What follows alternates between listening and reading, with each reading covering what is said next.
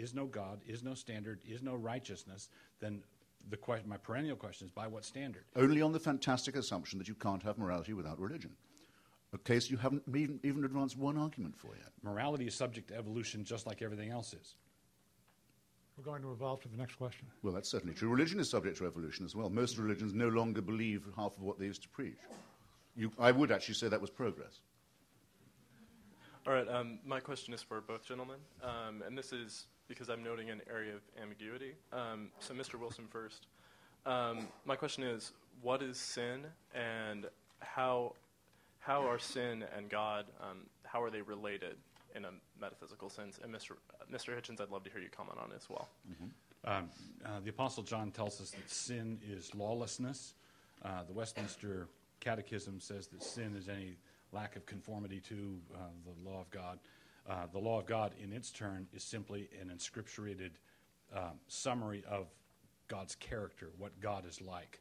So ultimately, I would say that sin is being unlike God in certain love, holiness, those sorts of things. So sin is lawlessness or not being like God or Christ. Because I don't avoid all terms of value judgment, doesn't mean that I embrace all of them either. I think sin is one you can probably do without. Wrongdoing I can understand. Evil, I've told you, I think is important because it's the surplus value, the cruelty and horror for its own sake. Self-endangering, self-destructive, suicidal as well as horrible. In other words, crime, of course, can be understood. And to call something a crime is a pretty severe condemnation. The word sin, as you've just heard, is completely incoherent because it's failing to do God's will, which means you must know what God's will is, which by definition no primate can. And I'm afraid Douglas has yet again failed to inform us of how he knows something that we don't. By what right, quo warranto, by what right he says he knows what God's mind is. I'm going to have to repeat this question. And I can tell you that at the end of this session, the question will still be an open one. I would also like to thank both of you gentlemen for coming. This has been wonderful. It's a pleasure. My question is for you, Mr. Hitchens. I was wondering, it's on a much less scholarly level, I guess, but in your personal life and the people that you've come across, and I'm sure you've debated some interesting people, and just, you know, in passing, we meet different people and get to understand different life experiences. What would your opinion be on someone who, or on a lot of people maybe, who have grown up and maybe not believed in any God or have been devout, you know, non-believers, if that makes sense, or believers in a different religion, and have come across the Bible or have in some fashion that is not necessarily being proselytized, as you talked about, or not necessarily growing up in a Christian home, they have decided to convert to Christianity, and in doing so have put themselves in a position where maybe their potential wealth gain or potential influence in society would be diminished, but they feel that the returns for that are greater on a higher level. I guess, how would you feel about that? And what would you do if a supernatural experience occurred to you? If you had said, you know what, God, if you would show up right now and do this, and he did it, I mean, how would you react to that? Would you commit yourself to an asylum, or would you just ask more questions?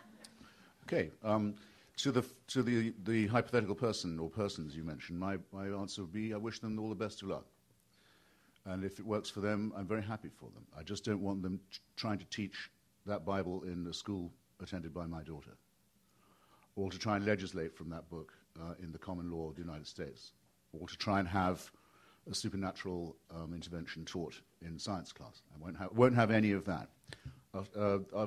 Aside from that, we can coexist. I make that demand of all religions, by the way. And incidentally, you'd have to grant it to all religions if you thought that someone's life could be improved by reading a holy book and that they'd then be less materialistic and nicer person and so on. Well then, you know, it's said, and I believe it may well be true, that Louis Farrakhan's racist crackpot cult organization gets young black men off drugs in jail. Maybe it does, by handing them the Wahhabi Quran.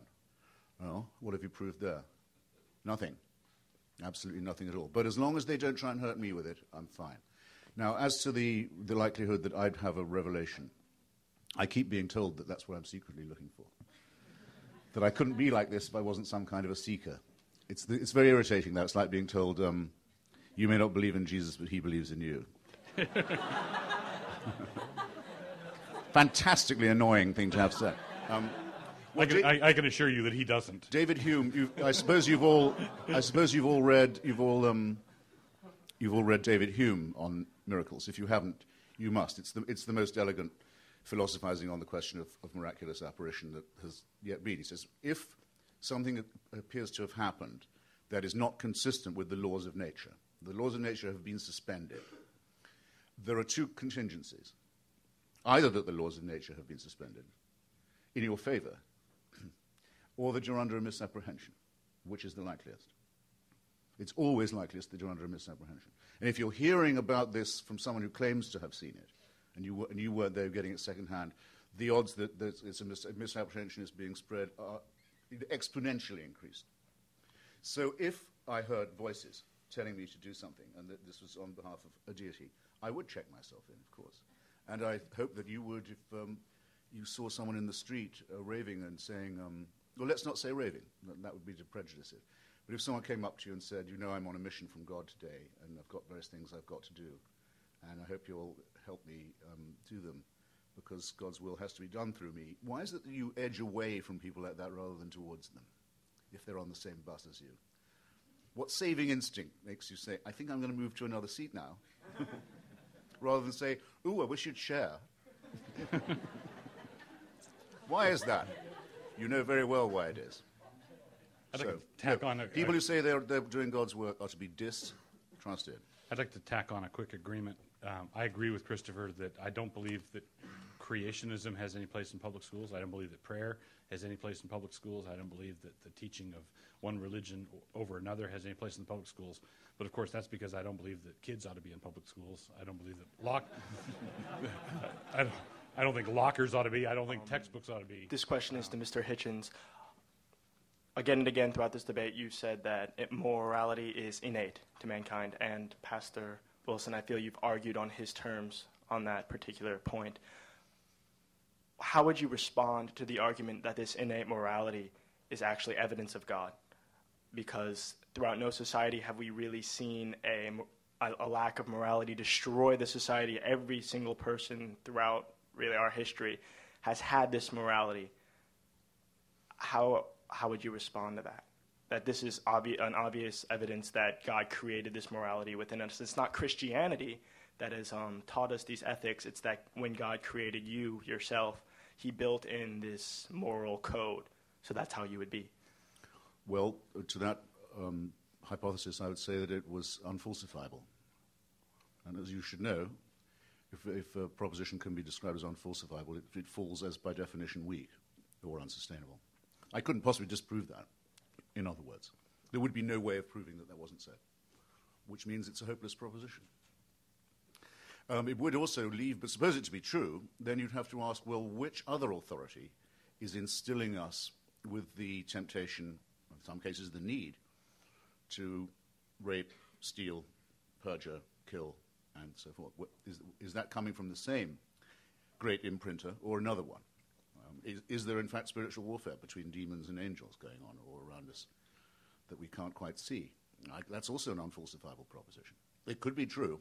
There's just no evidence for it. And I must say, old-fashioned, call me if you will, that when there's no evidence for a proposition, my inclination is to doubt it. There, I've said it. No, next. This is a question for Mr. Wilson. Allow me to read a passage from the text. This is on page 17 in your introduction. You say, the issue of thanksgiving is really central to the whole debate about the existence of God. On the one hand, if there is no God, there is no need to thank anyone. We are here as a result of a long chain of impersonal processes grinding their way down to a brief moment in time. If there is a God, then every breath, every moment, every sight and sound is sheer, unadulterated gift. And as our mothers taught us, when someone gives you presents like this, the only appropriate response is to thank them. I am not thankful, and I think that you want to be thankful.